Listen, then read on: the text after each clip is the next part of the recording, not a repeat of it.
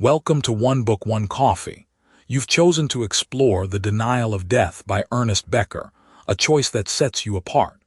In a world filled with endless distractions, you've decided to invest your time in something meaningful. This book isn't just a read, it's an exploration of the human psyche and our deepest fears. It's a compelling piece that challenges how we perceive life and mortality. The Denial of Death has been lauded by many, including influential minds like Sam Keen, who praised its profound psychological insights. Becker was an anthropologist and philosopher who delved deep into the human condition. His journey was marked by personal struggles and a relentless quest for understanding human motivation. This book was his magnum opus, written in a time when he was himself confronting life's biggest questions. Now, a quick note before we dive in.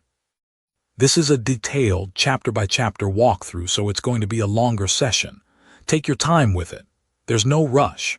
If you need to step away, save this video to your watch later or forward the link to yourself on WhatsApp so you can pick up right where you left off. So grab your coffee, settle in, and let's walk through this book together, chapter by chapter, idea by idea. Let's begin. The Courage to Face Mortality. Ernest Becker was an anthropologist and philosopher whose work centered around understanding human motivation and behavior. His personal struggles with illness and existential questions drove him to explore themes of mortality and meaning, culminating in The Denial of Death. Picture this. You're sitting in your favorite coffee shop, watching people rush by on the sidewalk outside. Each person carries themselves with a certain urgency, a sense of purpose, as if they're on some incredibly important mission. And here's the thing that might blow your mind. According to Ernest Becker, they actually are on a mission, just not the one they think they're on.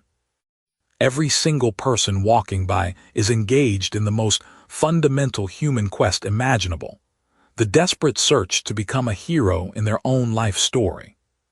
Now, before you roll your eyes and think this sounds like some motivational poster nonsense, let me explain what Becker means by heroism, because it's probably not what you're picturing. When most of us hear the word hero, we think of firefighters running into burning buildings or soldiers charging into battle. But Becker is talking about something much more universal and, frankly, much more heartbreaking. He's talking about the basic human need to matter, to feel significant, to believe that our existence means something beyond the mere biological fact that we're here consuming oxygen and taking up space. Think about your own life for a moment. What drives you to get up in the morning? Sure, you might say it's your job, your family, your responsibilities, but dig deeper. Isn't there something underneath all of that, a need to prove yourself, to accomplish something meaningful, to leave some kind of mark on the world? That's what Becker calls the heroic impulse, and he argues it's the engine that powers virtually everything we do as human beings. Here's where things get really interesting. Becker suggests that this heroic drive isn't just some noble aspiration we've developed through civilization. It's actually a psychological defense mechanism, a way our minds protect us from confronting the most terrifying truth of human existence, that we're going to die, and when we do, the universe will continue spinning as if we never existed at all. Now, that's a heavy thought to carry around with your morning latte, isn't it?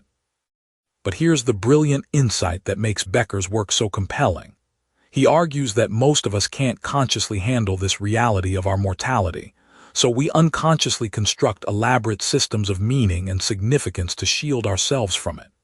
We become heroes in smaller, everyday dramas.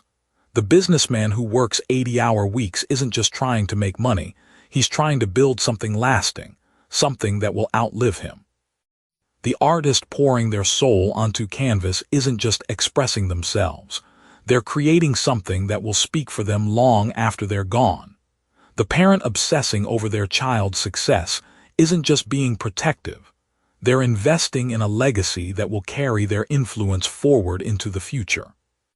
Consider the modern phenomenon of social media for a moment. Why do millions of people spend hours each day carefully curating their online presence, crafting the perfect post, hunting for likes and comments? On the surface, It might seem like vanity or narcissism, but Becker would argue there's something much deeper going on. Each post, each carefully filtered photo, each witty comment is a small bid for immortality, a way of saying, I was here, I mattered, remember me. The digital age has simply given us new stages on which to perform our heroic dramas. But here's where Becker's analysis becomes both fascinating and troubling. He suggests that while this heroic impulse is natural and inevitable, it's also the source of enormous human suffering. Why? Because most of the heroic projects we invest ourselves in are what he calls immortality projects, elaborate self-deceptions that promise us significance and permanence in a universe that offers neither. Think about the executive who defines himself entirely by his career achievements. What happens when he retires, or worse, when he's forced to confront the fact that the company he devoted his life to barely notices his absence? Or consider the parent who lives vicariously through their children's accomplishments. What happens when those children grow up and choose paths that have nothing to do with the parent's vision of heroism? This is what makes Becker's work so relevant to our current moment. We live in a culture that's absolutely obsessed with individual achievement and personal branding. We're constantly being told to follow our passion, to make our mark, to live our best life. But according to Becker, this cultural emphasis on individual heroism might actually be making us more anxious and depressed, not less. We're setting ourselves up for inevitable disappointment by investing our entire sense of self-worth in projects that are ultimately finite and fragile. Now you might be wondering, if Becker is right, if our heroic drives are just elaborate ways of avoiding the reality of death, does that make them meaningless?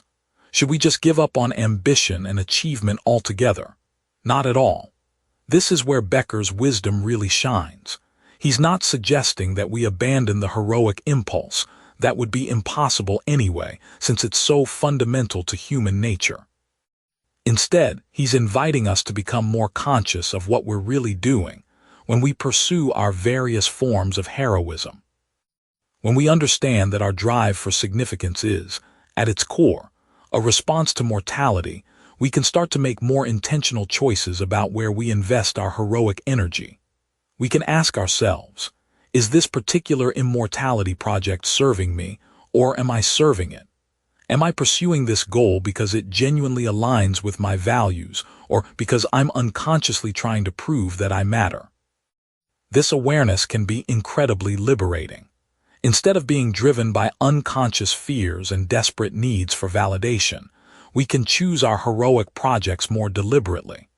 We can pursue meaningful work, loving relationships, and creative expression not because we believe they'll make us immortal, but because they enrich our experience of being alive right now. The beautiful irony that Becker points out is that when we stop desperately grasping for heroic significance, we often find it more naturally.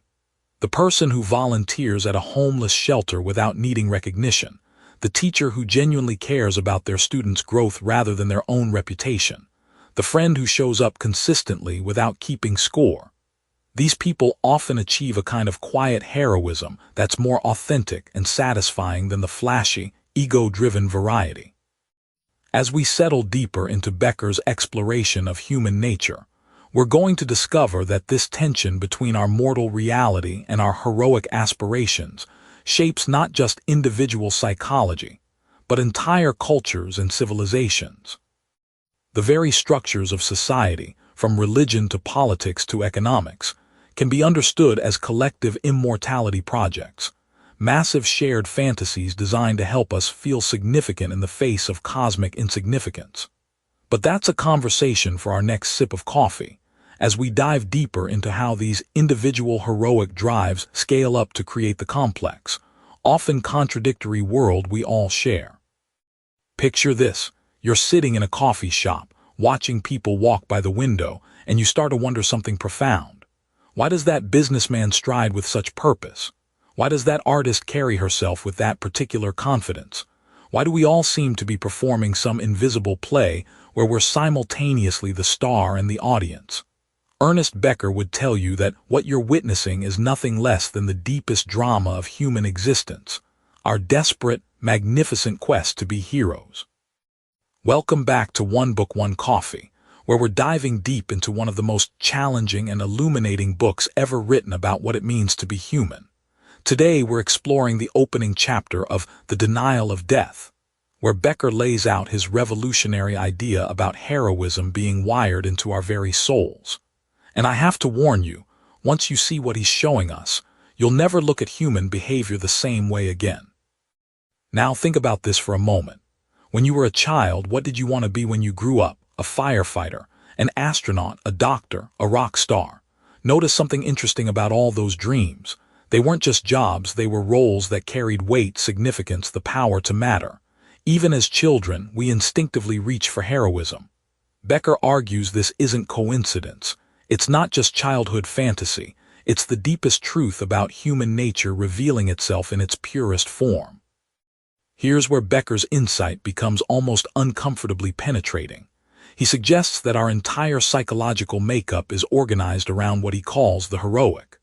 But he's not talking about the cape-wearing, building-leaping kind of heroism we see in movies. He's talking about something far more fundamental, and honestly, far more tragic. We're all trying to achieve what he calls cosmic significance, a way of mattering that transcends our ordinary mortal existence. Think about your own life for a second. Why do you work so hard at your career? Why do you care so much about what others think? Why does that promotion matter so intensely? Or why does that creative project feel so crucial? Becker would say it's because you're unconsciously trying to build what he calls an immortality project, a way of achieving significance that will outlast your physical existence. You're trying to be a hero in the cosmic drama, even if you've never consciously thought about it that way. This is where things get really fascinating. Becker draws heavily on the insights of depth psychology, particularly the work of Otto Rank, who observed that humans have this peculiar burden that other animals don't share. A deer doesn't wake up in the morning wondering if its life has meaning. A bird doesn't have an existential crisis about whether it's living up to its potential. But we do, constantly. We're the only creatures cursed with the awareness of our own mortality, yet blessed with imaginations vast enough to conceive of immortality. Let me paint you a picture that might make this clearer. Imagine you're at a high school reunion. Watch how people present themselves. The successful lawyer talks a little too loudly about their latest case. The artist mentions their upcoming gallery show 3 times in 10 minutes. The stay-at-home parent emphasizes how fulfilling and important their role is. Everyone is performing their heroic narrative, their answer to the question that haunts every human heart. How do I matter? How do I prove that my existence has cosmic significance? Now here's where Becker's analysis becomes both brilliant and deeply compassionate. He's not mocking these performances. He understands that this heroic striving is both our greatest strength and our most profound vulnerability. It's what drives us to create art, build civilizations, cure diseases, and reach for the stars. But it's also what makes us desperately dependent on external validation, terrifyingly fragile when our heroic projects fail, and sometimes willing to do terrible things to maintain our sense of significance. Consider how this plays out in our modern world. Social media has become perhaps the most visible arena for heroic performance in human history. Every Instagram post, every tweet, every LinkedIn update is a small bid for heroic recognition. We're not just sharing information, we're saying, look at me, see how I matter, witness my significance. The number of likes and shares becomes a kind of cosmic scoreboard, measuring our heroic success. But Becker's insight goes deeper than social media behavior. He's identifying something that shapes everything from our career choices to our relationships to our political beliefs. Why do people become so passionately attached to ideologies? Because those belief systems become part of their heroic identity. Why do parents sometimes live vicariously through their children's achievements? Because those achievements become extensions of their own immortality projects. Here's what's particularly striking about Becker's analysis. He shows us that what we often mistake for vanity or selfishness is actually something much more poignant. It's the cry of a mortal creature trying to achieve something eternal. When someone brags about their accomplishments, they're not just showing off. They're desperately trying to prove that their brief existence in this vast universe matters. Think about the people you admire most. What makes them heroic to you? Is it their achievements, their character, their impact on others? Becker would argue that what you're really admiring is their success at the heroic project, their ability to create meaning and significance in the face of mortality. And what you might be feeling is a mixture of inspiration and envy, because part of you wishes you could achieve that same kind of cosmic significance. This brings us to one of Becker's most profound observations. We're all living in what he calls character armor. We develop personas, roles, identities that protect us from the anxiety of our mortality while simultaneously allowing us to pursue heroic significance. The businessman's suit isn't just clothing, it's armor. The artist's creative identity isn't just a career choice, it's a shield against meaninglessness. The parent's devotion isn't just love, it's a heroic project of creating and nurturing life. Now you might be thinking, this sounds exhausting. Is there any escape from this heroic striving? And that's exactly the right question to ask, because it leads us to the heart of Becker's entire project. He's not trying to cure us of our heroic nature, he's trying to help us understand it so we can live with it more consciously and compassionately. Understanding the depth psychology of heroism changes everything about how we see ourselves and others. That difficult colleague isn't just being difficult, they're protecting their heroic project. That friend who seems to need constant validation isn't just needy, they're struggling with the fundamental human challenge of proving their cosmic worth. And you, with all your ambitions and anxieties, aren't just neurotic, you're participating in the deepest drama of human existence. As we prepare to dive deeper into Becker's revolutionary insights, remember this foundational truth. Recognizing our heroic nature isn't the end of the journey, it's the beginning of wisdom. In our next conversation, we'll explore how this heroic striving connects to what Becker calls our fundamental terror, and why understanding this connection might be the key to living more authentic, meaningful lives. Until then, pay attention to the heroic dramas playing out around you, including your own, and marvel at the magnificent, tragic, beautiful complexity of being human. Welcome back to One Book, One Coffee. I hope you've got your favorite mug in hand because we're about to dive into something that touches every single one of us, yet we spend most of our lives pretending it doesn't exist. In our last conversation, we explored how humans are caught between being magnificent thinking creatures and fragile animals. Today, we're going deeper into what Ernest Becker calls the terror of death, and trust me, this isn't as depressing as it sounds. In fact, understanding this terror might be the key to understanding why we do almost everything we do. Picture this for a moment. You're lying in bed at 3 in the morning and suddenly your mind starts wandering. Maybe you think about that slight chest pain you had yesterday, or you remember reading about someone your age who died unexpectedly. Suddenly, you're wide awake, your heart racing, confronted with the stark reality that someday, somehow, you're going to die. That moment of pure terror, that existential panic that makes you feel small and vulnerable in an infinite universe, that's exactly what Becker is talking about. But here's the fascinating part. That terror isn't just a late-night anxiety attack. According to Becker, it's the invisible force driving most of human behavior. Now think about this. We're the only creatures on Earth who know we're going to die. Your dog doesn't lie awake at night contemplating mortality. A lion doesn't have an existential crisis about the meaning of life. But we do, and this knowledge creates what Becker calls a fundamental anxiety that shapes everything about how we live. It's like having a constant background hum of fear that we've learned to tune out, but it never really goes away. Becker draws heavily on the work of psychologist Otto Rank here, who argued that this death anxiety is so overwhelming that our entire personality structure is basically an elaborate defense mechanism against it. Think of it like this. Imagine you're living in a house built on top of a volcano, but you've become so good at ignoring the rumbling beneath your feet that you've almost forgotten it's there. Almost, but not quite. That rumbling is always there, influencing where you put your furniture, how you decorate, even how you sleep. This is where it gets really interesting for our modern world. Becker suggests that we create what he calls character armor to protect ourselves from this death terror. But what does that look like in practice? Well, consider how obsessed we are with youth and vitality.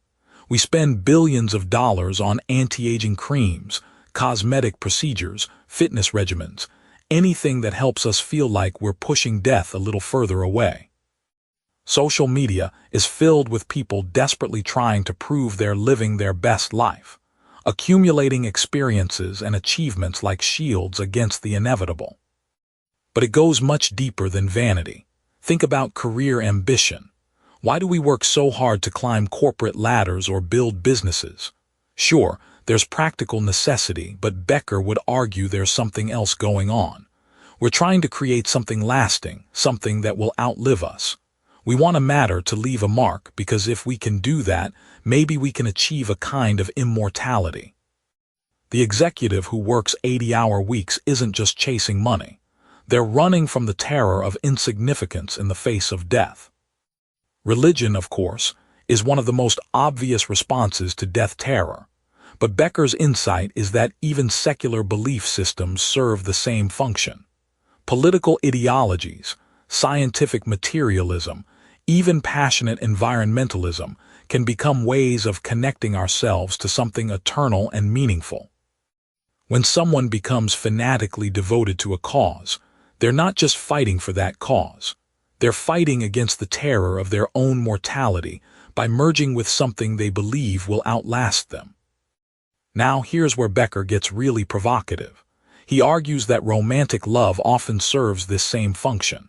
Think about those intense, all-consuming relationships where people lose themselves completely in another person. Becker suggests this isn't just passion. It's an attempt to escape the burden of individual existence and its accompanying death anxiety. When we say someone is the love of my life or my everything, we might literally mean it. We're trying to transcend our individual mortality by merging with another person. But here's the cruel irony that Becker points out. The very strategies we use to escape death anxiety often create more anxiety. The workaholic executive develops stress-related health problems. The person who loses themselves in romantic love becomes terrified of abandonment. The religious believer becomes consumed with doubt. The political activist burns out from the impossibility of their task. It's like we're trapped in a psychological maze where every path leads back to the thing we're trying to escape. Consider how this plays out in our social media age. We curate perfect online personas, collecting likes and followers as evidence of our significance. But paradoxically, this often increases our anxiety. Every post becomes a desperate plea for validation, proof that we matter, that we exist in some meaningful way. The notification that doesn't come, the photo that doesn't get enough likes, becomes a small reminder of our ultimate insignificance. Becker also explores how this terror manifests in what he calls the healthy-minded versus the morbidly-minded responses. Some people deal with death anxiety by throwing themselves into life with aggressive optimism. They're the ones always planning the next adventure, starting the next project, refusing to slow down or contemplate deeper questions.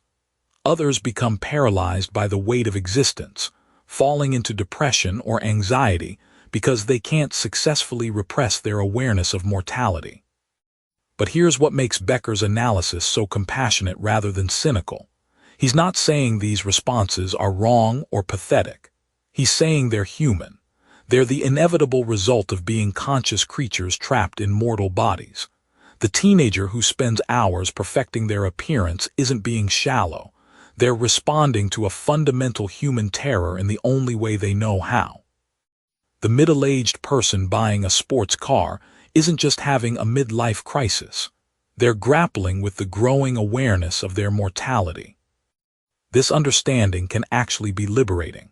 When we recognize that much of human behavior stems from this shared terror, we can develop more compassion for ourselves and others. That annoying coworker who constantly brags about their achievements, they might just be running scared from the same existential fears you are. The friend who can't stop posting motivational quotes on social media, maybe they're trying to convince themselves as much as anyone else that life has meaning. As we wrap up this exploration of death terror, remember that Becker isn't trying to depress us or strip away our illusions just for the sake of it. He's arguing that only by understanding these deep psychological forces can we begin to live more authentically. In our next conversation, we'll explore how this awareness might actually point toward a different way of being in the world, one that doesn't deny our mortality but finds a way to transcend it. So take a sip of that coffee, take a deep breath, and remember that recognizing our shared human condition might be the first step towards something approaching wisdom. Picture yourself sitting in a crowded coffee shop, watching people hurry past the windows, each absorbed in their daily routines. Everyone's checking phones, rushing to meetings, planning weekend getaways, discussing career moves. But here's what strikes you when you really think about it.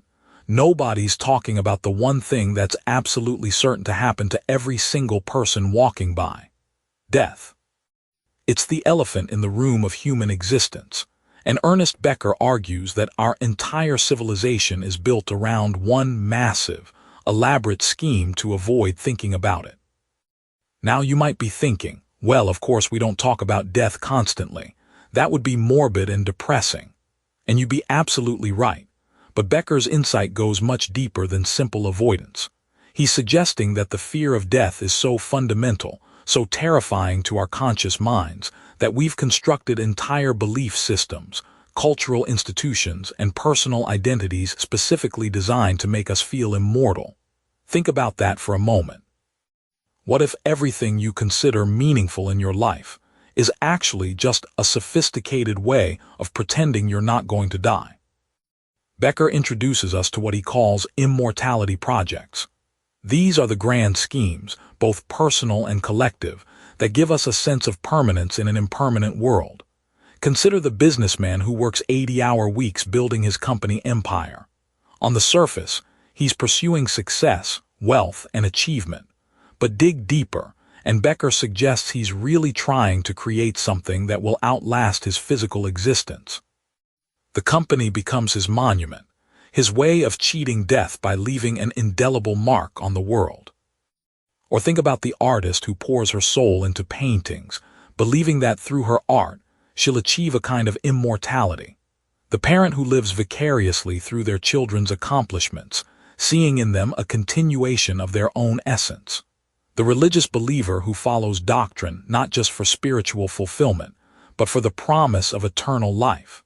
Even the atheist who dedicates their life to scientific discovery, hoping to contribute to humanity's lasting knowledge. According to Becker, all of these are variations on the same theme: the desperate human need to feel significant in the face of mortality. What makes this particularly fascinating is how unconscious most of this process remains. We're not usually aware that we're constructing elaborate defenses against death anxiety. Instead, we genuinely believe we're pursuing love, success, meaning, or truth. And in many ways we are. But Becker argues that underneath these noble pursuits lies a more primal motivation, the terror of our own finite existence. Think about how this plays out in modern society. Social media, for instance, can be seen as a massive immortality project.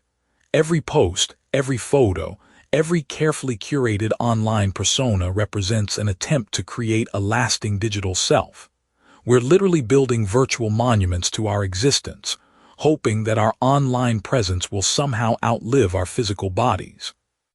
The obsession with going viral, with achieving internet fame, with accumulating followers and likes, suddenly takes on a deeper significance when viewed through Becker's lens. Consider, too, our relationship with celebrities and heroes.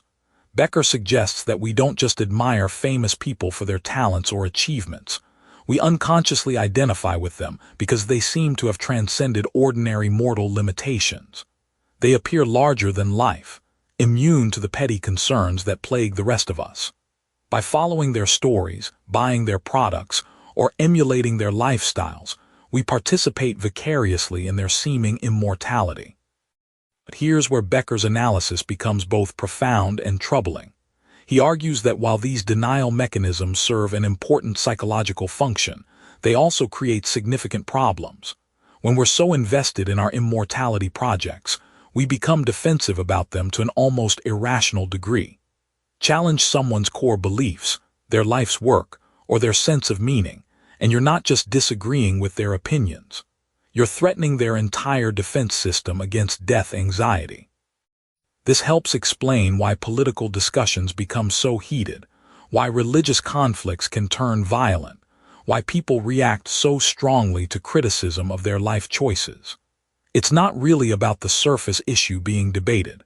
It's about the underlying terror that if their worldview is wrong, they're left naked and defenseless against the reality of mortality. Now, think about this in the context of our current global challenges. Climate change, political polarization, social inequality, technological disruption. Could it be that some of our difficulty in addressing these issues stems from the fact that they threaten our collective immortality projects? When scientists tell us that our industrial civilization is unsustainable, they're not just challenging our economic systems. They're undermining our faith in progress, technology, and human ingenuity as sources of transcendence. Becker also explores how different cultures construct their denial systems. Traditional societies often relied heavily on religious frameworks that promised literal immortality through afterlife beliefs. Modern secular societies have shifted toward what he calls romantic immortality projects, focusing on individual achievement, creative expression, and personal fulfillment. But the underlying function remains the same, providing a sense of meaning and permanence that allows people to function without being paralyzed by death anxiety.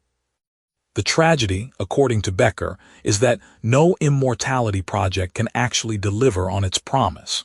The businessman's company will eventually fail or be forgotten. The artist's work will fade from memory. The parent's children will face their own mortality. Even the most magnificent human achievements, viewed from the perspective of cosmic time, are fleeting. This creates what Becker calls the existential paradox of human life. We need these illusions to function, but they ultimately can't save us from the reality they're designed to obscure. Yet Becker doesn't advocate for abandoning all meaning-making activities or living in constant awareness of death. That would be neither possible nor desirable for most people. Instead, he suggests that recognizing these patterns can lead to a kind of mature wisdom. When we understand that our immortality projects are necessary fictions, we might hold them more lightly, invest in them less desperately, and perhaps find more authentic ways of living with the reality of our condition. As we wrap up this exploration of denial, consider how this insight might change your perspective on your own life. What are your immortality projects? What activities, beliefs, or relationships do you unconsciously rely on to feel significant and permanent? There's no judgment here, no suggestion that you should abandon everything that gives your life meaning. But perhaps, with this awareness, you can engage with these pursuits more consciously, less desperately, and with greater compassion for others who are engaged in their own elaborate dances with mortality. This sets the stage for our next discussion, where we'll explore how this universal human condition manifests in the particular struggles of modern life, and what Becker suggests we might do with this uncomfortable but liberating knowledge. You know, we've been exploring how humans wrestle with the terror of their own mortality, and how this shapes everything from our daily anxieties to our grandest ambitions. But now, we need to dive into something that might feel uncomfortably close to home. Picture yourself scrolling through social media, carefully curating that perfect post, or maybe standing in front of the mirror practicing what you'll say at tomorrow's meeting. What's really happening in those moments?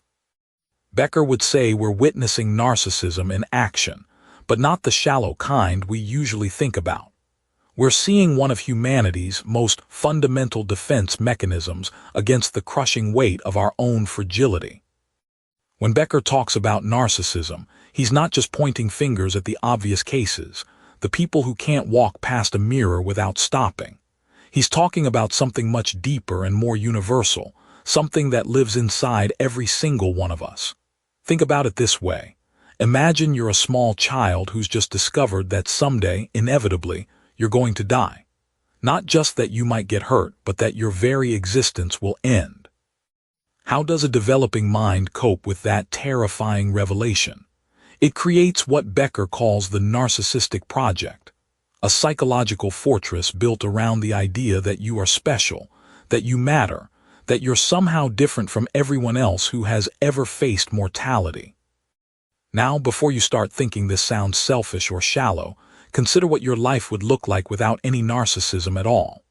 Imagine waking up every morning with the full, unfiltered awareness that you're a tiny speck in an indifferent universe, that everything you do will eventually be forgotten, that your body is already beginning its slow march toward decay.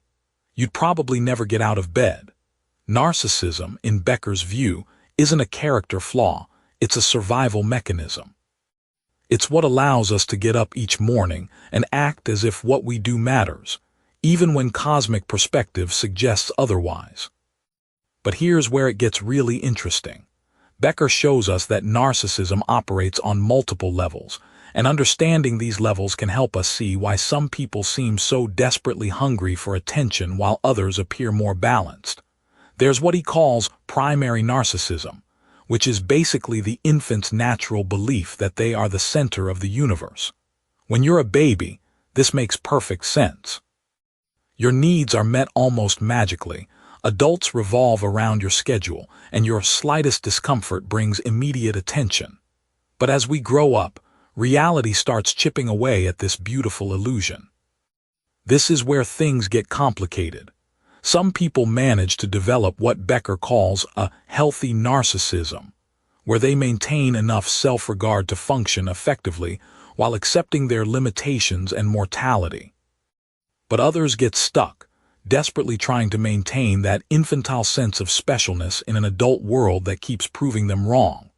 Think about the colleague who takes credit for every success but blames others for every failure, or the friend who constantly needs to be the center of attention. They're not just being difficult, they're fighting a desperate battle against the terror of insignificance.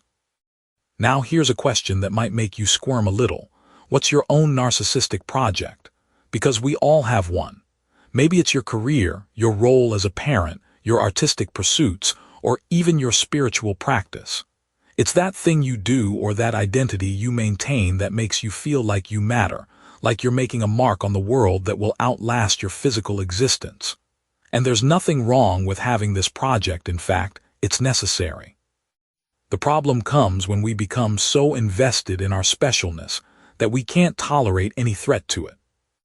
Becker illustrates this beautifully by looking at how narcissism shapes our relationships. Have you ever noticed how some people seem to treat others as mere extensions of themselves?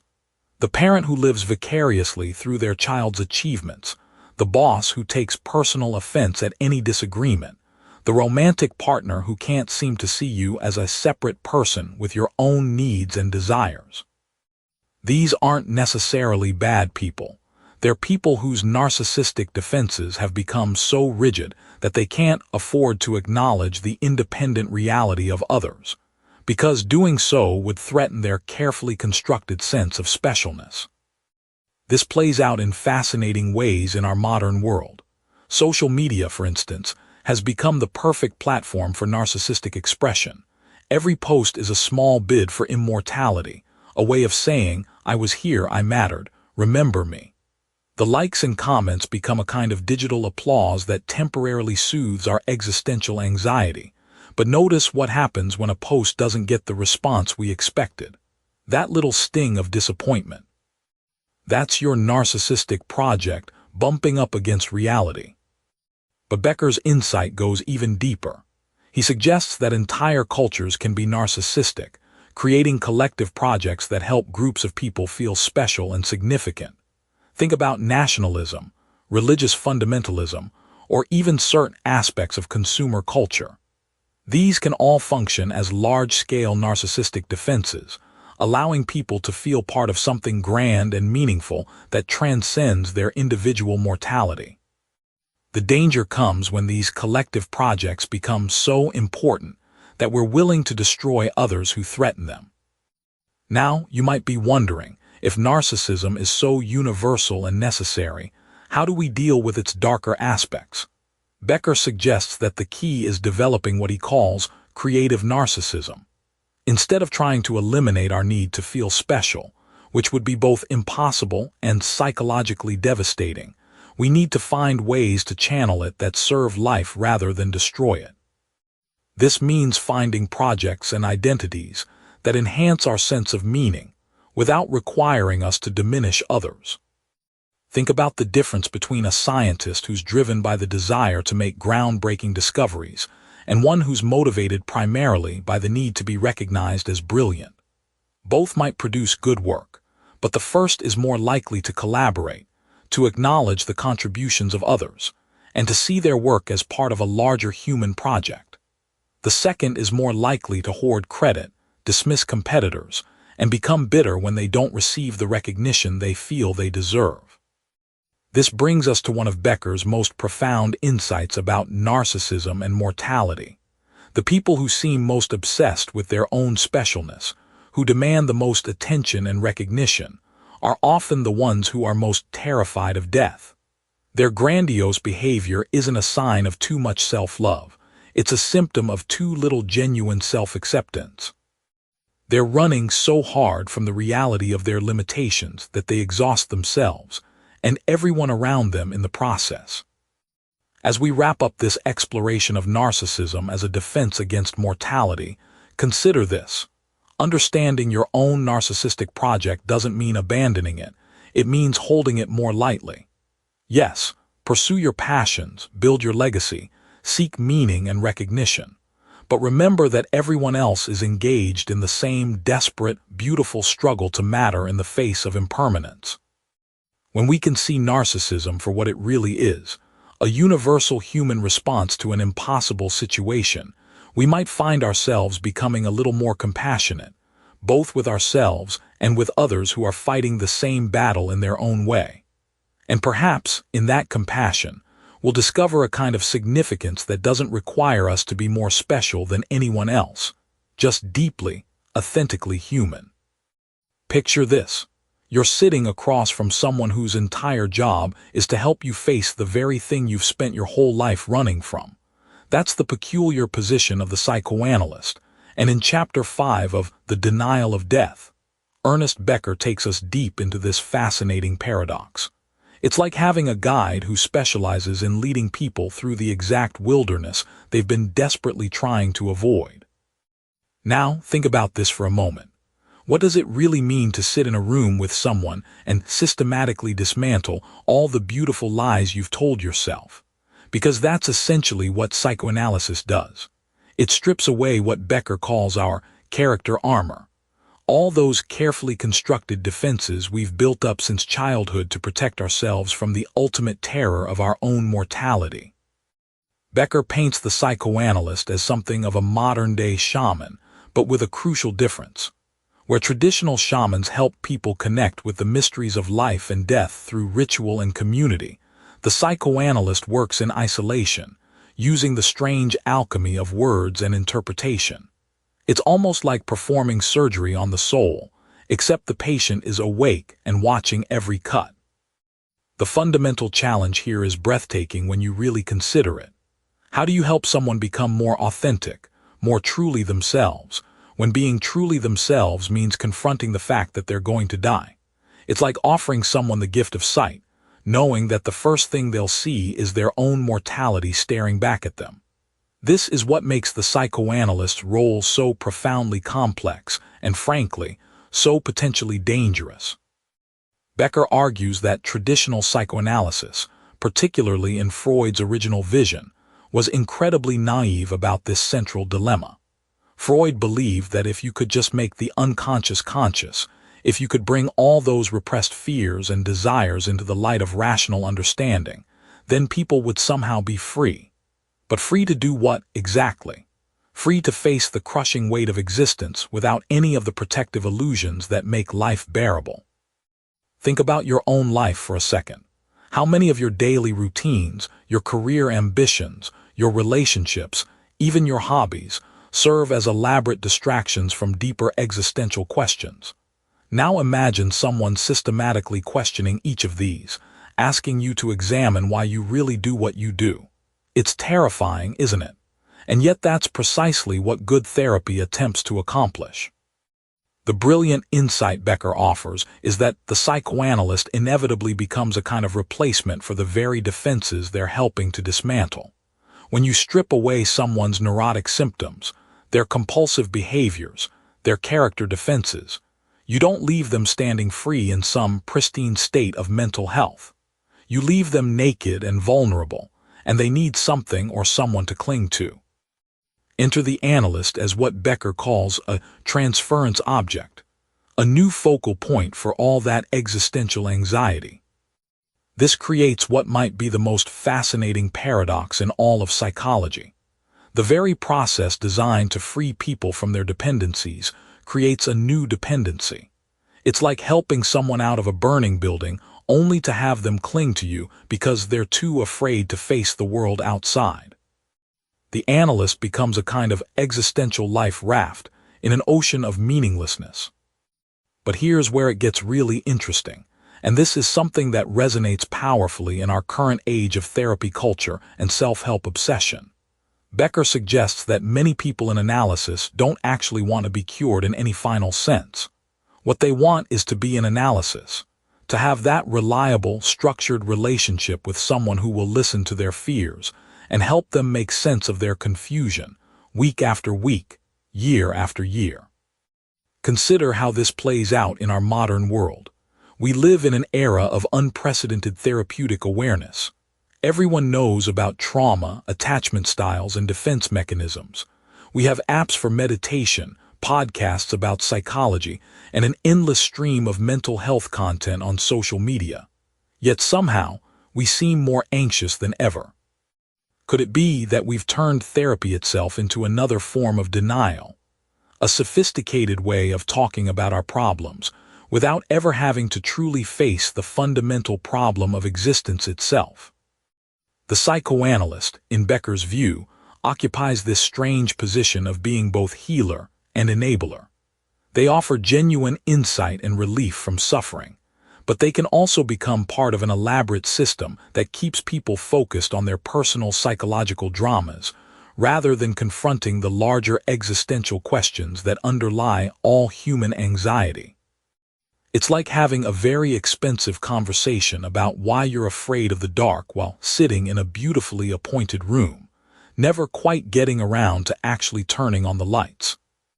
This doesn't mean Becker dismisses psychoanalysis entirely. Far from it. He recognizes that it can provide genuine healing and authentic self-understanding, but he insists that any honest therapeutic approach must eventually grapple with what he calls the real problem. Not just why we developed particular neurotic symptoms, but why we needed to develop any defenses at all against the basic facts of human existence. The most profound therapists, Becker suggests, are those who understand that they're not just treating individual psychological problems, but helping people navigate the universal human condition. They recognize that behind every neurosis, every compulsion, every character defense, lies the same fundamental terror that haunts us all. This requires a kind of courage from both analyst and patient that goes far beyond what most therapeutic relationships are willing to explore. What makes this particularly relevant today is how we've medicalized so much of the human experience. We have diagnoses for every form of suffering, medications for every type of distress, and therapeutic techniques for every possible problem.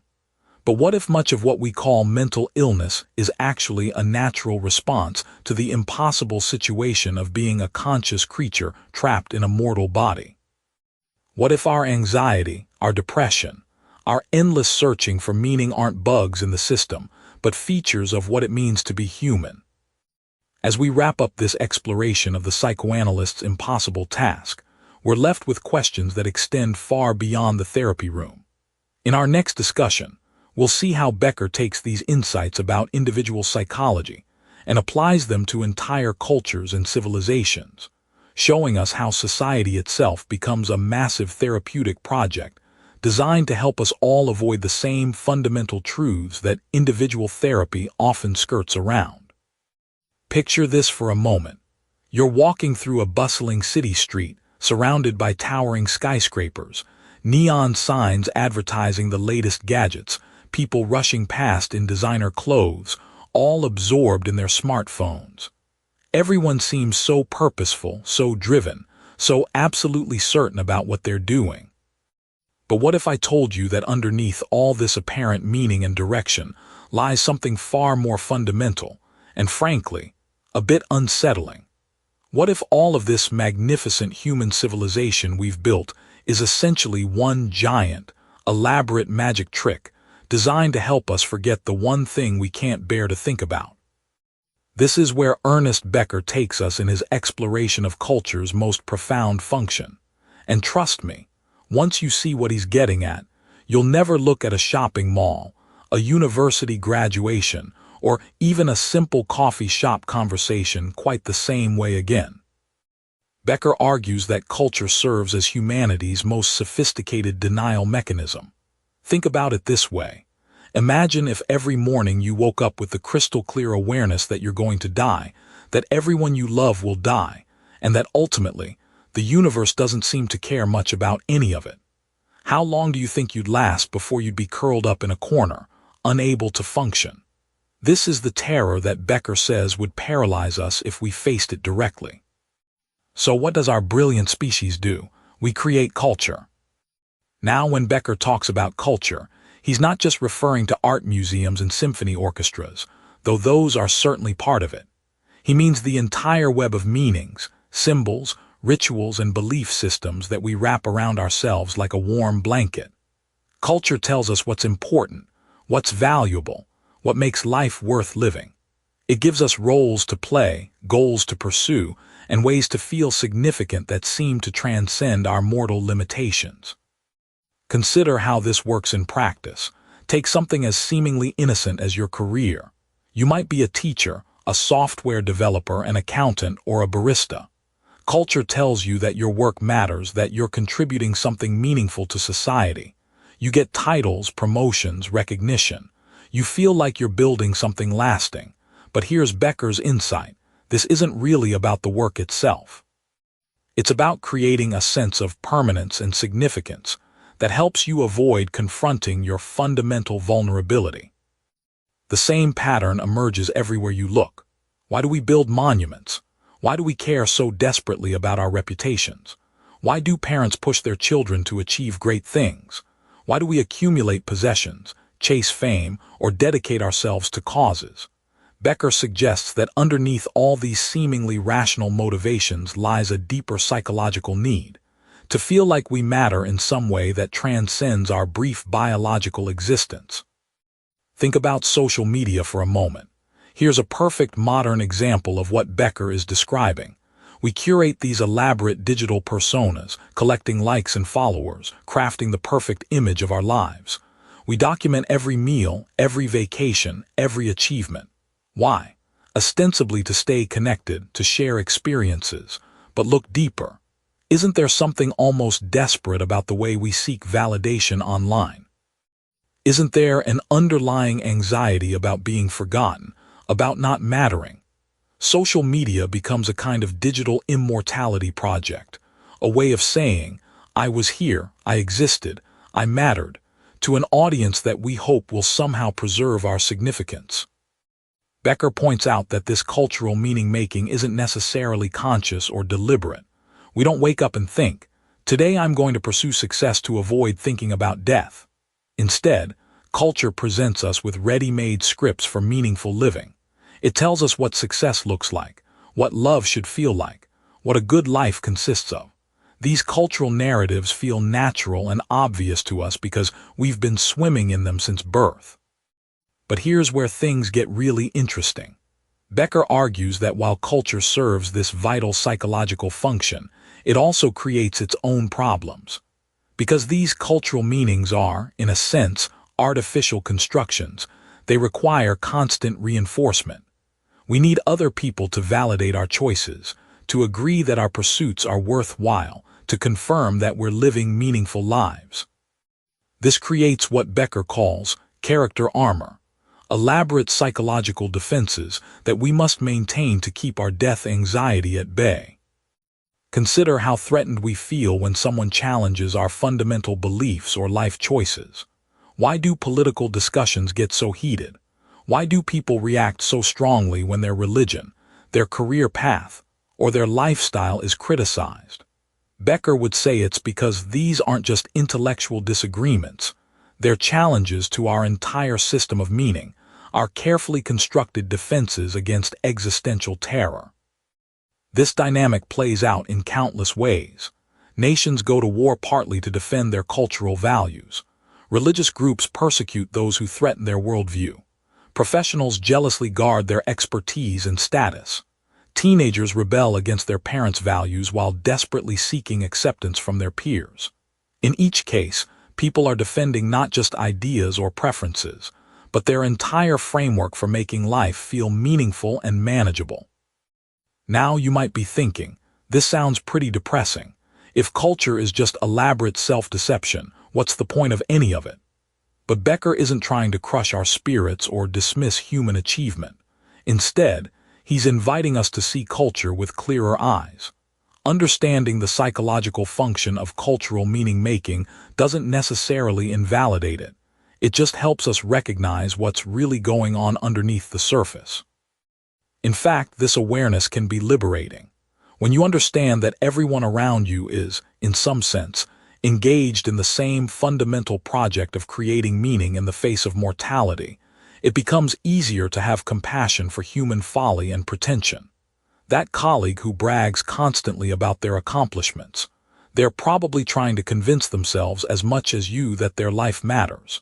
That friend who posts endless vacation photos, they might be trying to prove to themselves that they're living fully. That family member who gets upset when you don't share their values, they could be protecting a meaning system that helps them sleep at night. This perspective doesn't mean we should become cynical about human culture and achievement. After all, even if our cultural creations serve psychological functions, they still produce real beauty, knowledge, and progress. The fact that a symphony might help its composer feel immortal doesn't make the music any less magnificent. The fact that scientific research might serve researchers' needs for significance doesn't make their discoveries any less valuable. As we move forward in exploring Becker's ideas, we'll see how this understanding of culture's function sets the stage for even deeper questions about how we might live authentically while acknowledging both our need for meaning and our fundamental mortality. Because once you see the cultural matrix clearly, the question becomes, now what do you do with that knowledge? As we settle deeper into our exploration of Ernest Becker's profound insights, imagine for a moment that you're sitting across from someone who seems to possess an unusual quality. They speak with a certain gravity, yet there's lightness in their eyes. They acknowledge difficult truths without being crushed by them. They seem to dance with uncertainty rather than flee from it. What you're witnessing, according to Becker, is something increasingly rare in our modern world, a heroic individual. Not heroic in the Hollywood sense of cape-wearing and building leaping, but heroic in the most fundamental way possible. They've looked death squarely in the face and chosen to live anyway. Now, think about this for a moment. How many people do you know who truly, genuinely accept their mortality? Not in some abstract, intellectual way, but in the bone-deep, soul-shaking way that transforms how they move through the world. Becker suggests that most of us spend our entire lives constructing elaborate psychological fortresses to avoid this very confrontation. We busy ourselves with careers, relationships, possessions, achievements, anything to distract from the ultimate reality that our time here is limited and uncertain. But the heroic individual, they've torn down those walls and stepped into the open field of existence, fully aware that storms will come. Picture the difference between someone frantically running through an airport, checking their phone every few seconds, stressed about missing connections and delayed flights, versus someone walking calmly through that same chaos, present and purposeful. The second person isn't necessarily less concerned about their journey, but they've accepted the fundamental uncertainty that travel, like life, involves. They've made peace with the fact that some things are beyond their control. This is the essence of what Becker calls the heroic stance toward existence. But here's where it gets fascinating. Becker argues that this heroic quality isn't about being fearless. In fact, it's quite the opposite. The heroic individual feels fear more acutely than most people because they're not numbed by the usual psychological defenses. They feel the full weight of existence, the vertigo of freedom, the anxiety of choice, and yes, the terror of death. Yet somehow they transform this terror into what Becker calls creative anxiety. It's like the difference between someone who's afraid of heights and never climbs anything, versus a rock climber who feels that same fear but uses it to stay alert and present as they ascend. Consider someone like the artist Frida Kahlo, who spent much of her life in physical pain and was intimately acquainted with suffering and mortality. Rather than being diminished by this awareness, she channeled it into art that pulsed with life and authenticity. Her paintings don't shy away from pain, death, or the grotesque, yet they're vibrantly alive. This is what Becker means when he talks about the heroic individual's ability to transform the raw material of existence, including its most frightening aspects, into something meaningful and creative. The heroic individual possesses what we might call ontological courage. This isn't the courage to face external dangers, though that might be part of it. It's the courage to face the internal reality of being human, the fact that we're conscious beings trapped in mortal bodies, aware of our own limitations and eventual demise. Most of us, Becker suggests, develop what he calls character armor to protect ourselves from this awareness. We become the successful businessman, the devoted parent, the spiritual seeker, the rebel, the conformist. These aren't necessarily bad things, but when they become rigid identities that we cling to desperately, they function as shields against the anxiety of existence. The heroic individual, by contrast, holds these roles and identities lightly. They might be a parent or a professional or a believer, but they're not imprisoned by these definitions. They maintain what we might call identity flexibility. Think about someone you know who can laugh at themselves, who can admit when they're wrong, who can change course when needed without their whole sense of self collapsing. They've learned to be someone without being trapped by the need to be someone in particular. Now you might be wondering, doesn't this sound terrifying? Isn't there something comforting about having a solid, predictable sense of who we are? Absolutely. And Becker doesn't minimize this difficulty. He acknowledges that the heroic stance requires what he calls the strength to bear anxiety. It's like learning to surf in choppy waters rather than insisting on a calm, predictable pool. The heroic individual has developed the psychological muscles to ride the waves of uncertainty rather than being knocked over by them. But here's what's remarkable about this way of being. It actually leads to greater freedom and authenticity. When you're not constantly defending a particular image of yourself, you're free to respond to life more spontaneously and genuinely. When you're not running from the reality of death, you can engage more fully with the reality of life. It's paradoxical, but facing our limitations actually expands our possibilities. Consider the phenomenon of what psychologists now call post-traumatic growth. People who have faced serious illness, loss, or trauma sometimes report that while they wouldn't wish the experience on anyone, it fundamentally changed them for the better. They became more present, more grateful, more authentic in their relationships. They stopped sweating the small stuff because they'd encountered the big stuff. This isn't about romanticizing suffering, but recognizing that confronting life's fundamental challenges can sometimes unlock capacities we didn't know we had. The heroic individual embodies this principle proactively. Rather than waiting for life to force the confrontation with mortality, they choose to engage with these ultimate questions. They read philosophy, they contemplate their values, they ask themselves what really matters.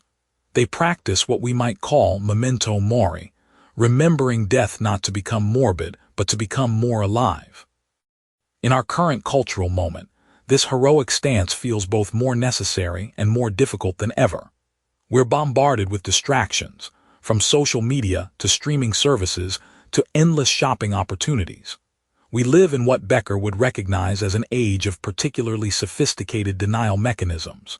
We can curate perfect online personas, lose ourselves in virtual worlds, and consume entertainment designed to keep us perpetually stimulated and distracted. Yet perhaps because these distractions are so pervasive, the need for genuine heroic individuals has never been greater.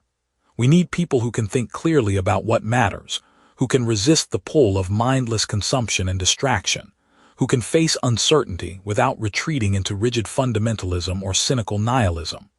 We need what Becker calls creative individuals, who can transform the raw anxiety of existence into art, wisdom, compassion, and authentic connection.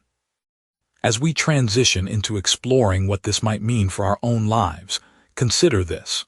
The heroic individual isn't a distant ideal or a special category of person. According to Becker, this capacity exists within all of us. It's not about becoming someone different, but about becoming more fully who we already are beneath the layers of psychological armor we've accumulated. The question isn't whether we have what it takes to be heroic in this sense, but whether we're willing to begin the patient work of facing ourselves and our mortality with courage and creativity. You know, we've been on quite a journey together through Ernest Becker's profound exploration of how we humans deal with the terrifying knowledge of our own mortality. We've talked about how we build elaborate character armor, how we throw ourselves into heroic projects, how we desperately seek immortality through our works and our children. But here's where Becker takes us somewhere unexpected, somewhere that might make some of you uncomfortable, and others of you lean forward with recognition.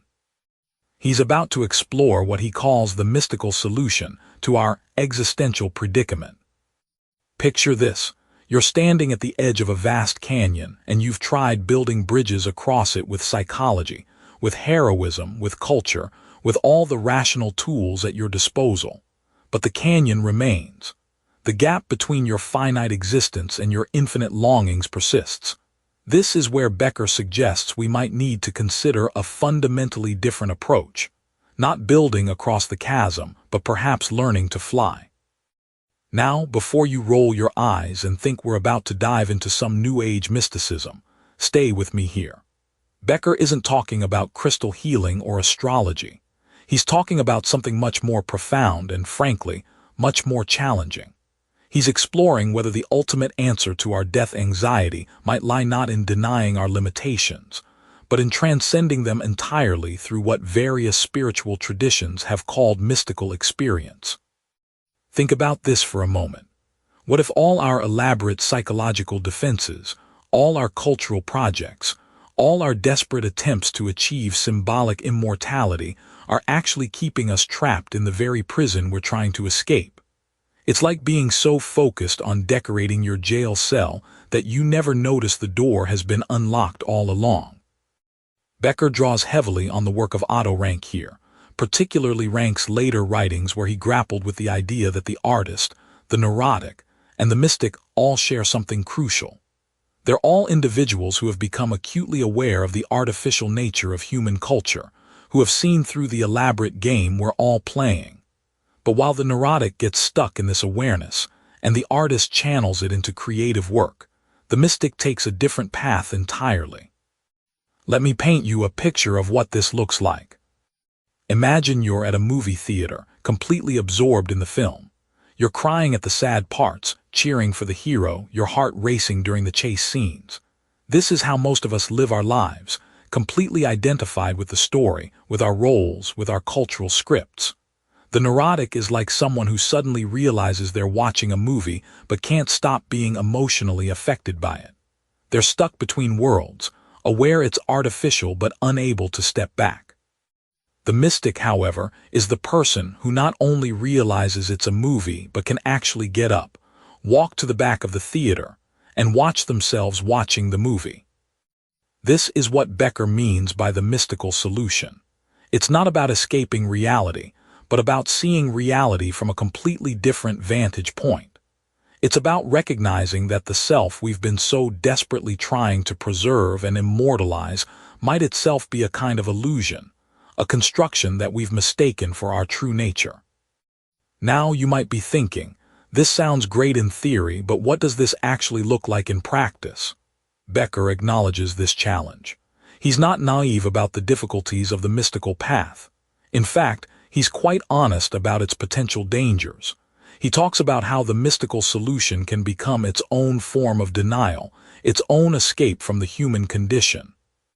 Think about people who use meditation or spiritual practices as another way to avoid dealing with their problems, who retreat so far into inner worlds that they become disconnected from the very human relationships and responsibilities that give life meaning. But here's where it gets really interesting. Becker suggests that the authentic mystical path isn't about escape at all. It's about the most radical form of engagement possible. When you truly let go of the desperate need to preserve and aggrandize the ego, when you stop trying to achieve immortality through your projects and achievements, something paradoxical happens. You become more present, more alive, more capable of genuine love and connection. Consider the great mystics throughout history, from Meister Eckhart to Rumi to modern figures like Thomas Merton. These weren't people who retreated from life, but individuals who engaged with it so fully, so authentically, that they transcended the ordinary boundaries of selfhood. They found a way to live without the constant anxiety about death because they had, in a sense, already died to the limited self that death threatens. This reminds me of something that happens in nature. You know how a seed has to completely dissolve, has to give up its seedness entirely before it can become a tree. The mystical path Becker describes is similar. It requires a kind of ego death, a willingness to let go of everything we think we are in order to discover what we actually are beneath all our psychological armor and cultural conditioning. But let's bring this down to earth for a moment. What might this look like in our everyday lives? It doesn't necessarily mean becoming a monk or spending years in meditation retreats, though it might for some people. It might mean learning to hold our achievements and failures more lightly, recognizing that they're part of the movie rather than the essence of who we are. It might mean developing what spiritual teachers call witness consciousness, the ability to observe our own thoughts and emotions without being completely identified with them. Think about those moments in your own life when you felt most at peace, most connected, most alive. Chances are, these weren't moments when you were trying to achieve something or prove something or build something lasting. They were probably moments when you forgot yourself entirely, when you were so present, so absorbed in the moment, that the usual chatter of the ego quieted down. Maybe it was watching a sunset, holding a newborn baby, being in nature, or experiencing profound love. These are glimpses of what Becker calls the mystical solution. The beautiful and terrifying thing about this path is that it requires us to give up our most cherished illusions about control and permanence. It asks us to trust something larger than our individual will, to surrender the very ego projects that have been giving our lives meaning. This is why Becker sees it as both the most radical solution to our existential predicament and the most difficult one to embrace. As we move toward the end of our exploration of Becker's profound work, we're left with this challenging question. Are we brave enough to let go of our death-denying projects long enough to discover what lies beneath them? Are we willing to risk everything we think we are for the possibility of discovering what we actually are? It's a question that each of us must answer for ourselves, and it's one that will lead us into our final consideration of what it means to live authentically in the face of mortality. Here we are, my friend, reaching the end of our journey through Ernest Becker's profound exploration of human nature. And honestly, this is where things get really interesting. We've spent all this time diving deep into the dark waters of human psychology, understanding how our fear of death drives so much of our behavior, how we create these elaborate immortality projects to deny our mortality. But now Becker asks the crucial question that's probably been nagging at you too. So what do we do with all this knowledge? How do we actually live once we've seen behind the curtain? Think about it this way. You know that moment when you're watching a magic trick and suddenly you catch a glimpse of how it's done. The illusion is broken, but you're left with this strange mix of disappointment and fascination. That's exactly where we find ourselves after reading Becker's analysis of human nature. We can't unsee what we've learned about our death anxiety, our desperate need for heroism, our elaborate cultural defenses against the terror of existence. But here's the beautiful paradox Becker presents us with. This very awareness might be the key to a new kind of heroism, a more authentic way of being human. Becker suggests that once we truly understand the mechanisms of our denial, we can begin to transcend them. It's like becoming conscious of your own breathing.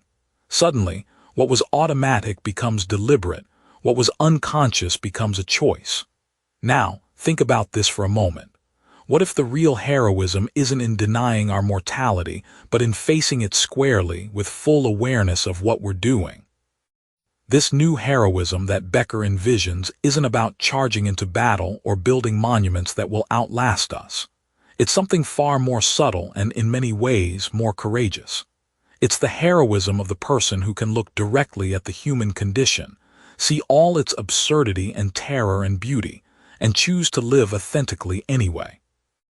It's like that friend we all know who can acknowledge that their relationship might not last forever, that their career might not define their ultimate worth, that their body will age and fail, and yet still throws themselves wholeheartedly into love, work, and life. I'm reminded of the story Becker tells about the analyst who, after years of therapy, finally achieves what seems like perfect self-awareness. This person understands their neuroses, their defense mechanisms, their deepest fears. But instead of this knowledge paralyzing them, it becomes liberating. They're like a skilled dancer who has moved beyond thinking about individual steps to experiencing the pure flow of movement.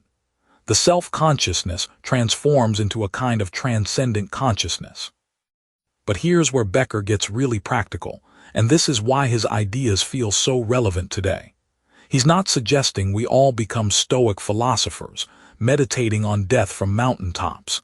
Instead, he's talking about finding what he calls creative transcendence in ordinary life. Picture this. You're at your job, maybe it's not your dream career, maybe it feels mundane most days.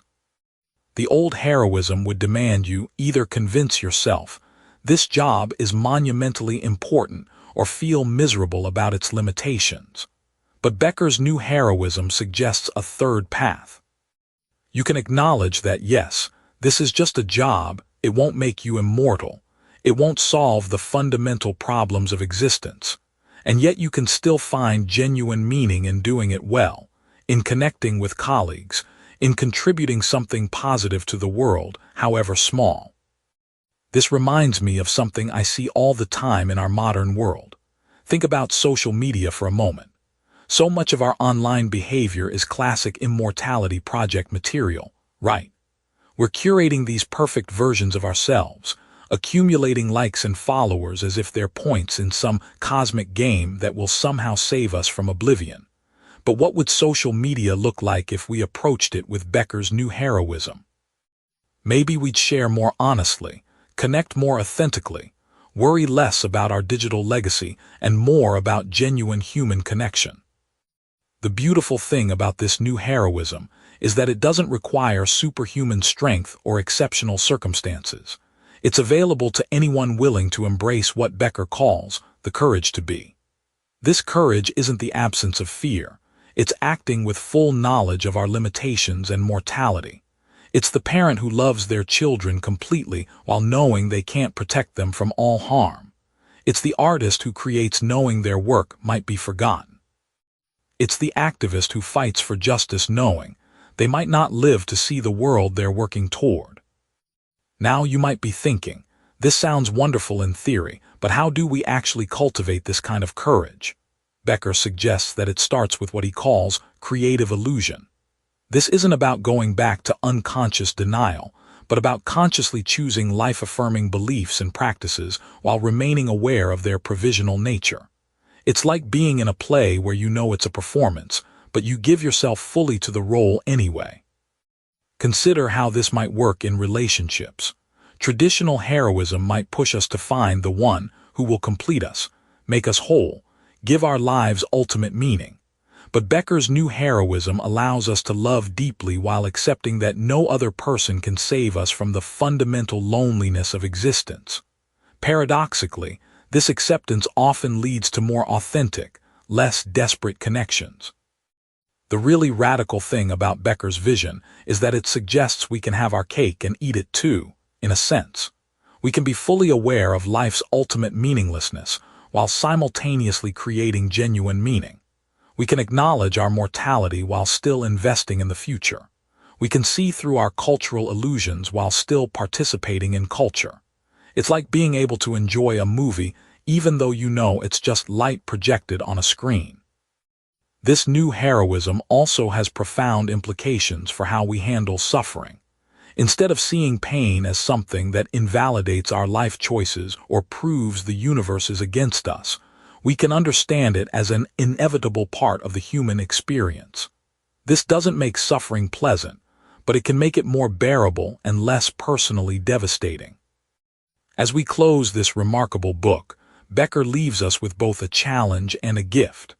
The challenge is to live with this new awareness, to resist the pull toward unconscious denial while not falling into paralyzing despair. The gift is the possibility of a more authentic, compassionate, and ultimately heroic way of being human. We're invited to become what he calls authentic individuals, people who can face reality without flinching, while still choosing hope, love, and creative engagement with life. So here's what I want you to consider as you finish your coffee and think about stepping back into your day. What would your life look like if you embraced this new heroism? How might you love more freely, create more boldly, and live more authentically if you truly accepted both your mortality and your capacity for transcendence? Becker's final message isn't that life is meaningless, but that we are the meaning makers, and that's both the most terrifying and the most beautiful truth about being human.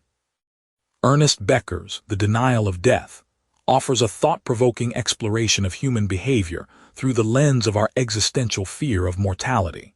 He argues that much of human endeavor is an attempt to deny our mortality, driving us to create cultural symbols and personal heroics as a buffer against the terror of death. The book delves into psychology, philosophy, and anthropology to reveal how these unconscious denials shape everything from personal relationships to societal norms. Here are some key actionable takeaways from the book. 1. Embrace your mortality. Instead of running from the fear of death, start facing it. Acknowledge your fear and allow it to inspire you to live more fully. Begin by incorporating moments of reflection into your daily routine. Consider journaling about your anxieties and aspirations, which can lead to a deeper appreciation of life. 2. Create meaning through your actions.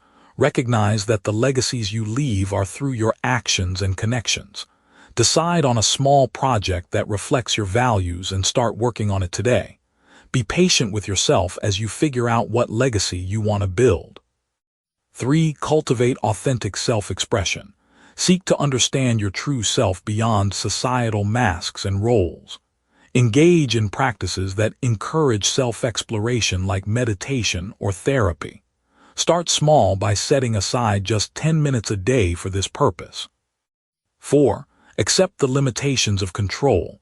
Understand that not everything is within your control, and that's okay. Practice letting go of the need to control everything by starting with small, everyday situations. Be gentle with yourself as you learn to accept uncertainty. 5. Develop compassion for others.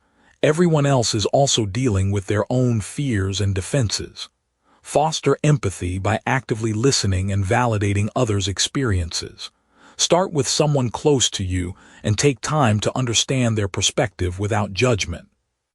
Before you go, I'd love to hear from you. Drop a comment below with at least one idea from this book that stuck with you, one concept you're going to carry forward. It could be something that challenged your thinking, something you want to try, or even something you disagreed with. Your insight might be exactly what another listener needs to hear today. And if this summary gave you something valuable, a new perspective, a spark of motivation, or even just a peaceful hour with your coffee, share it with someone who might need it too. Subscribe to One Book, One Coffee, and hit that bell icon so you never miss a new summary. Every week, we sit down together with one great book, one warm cup of coffee, and the simple belief that wisdom, shared well, can change lives. Until next time, keep reading, keep growing, and remember, every small step counts. See you at the next book.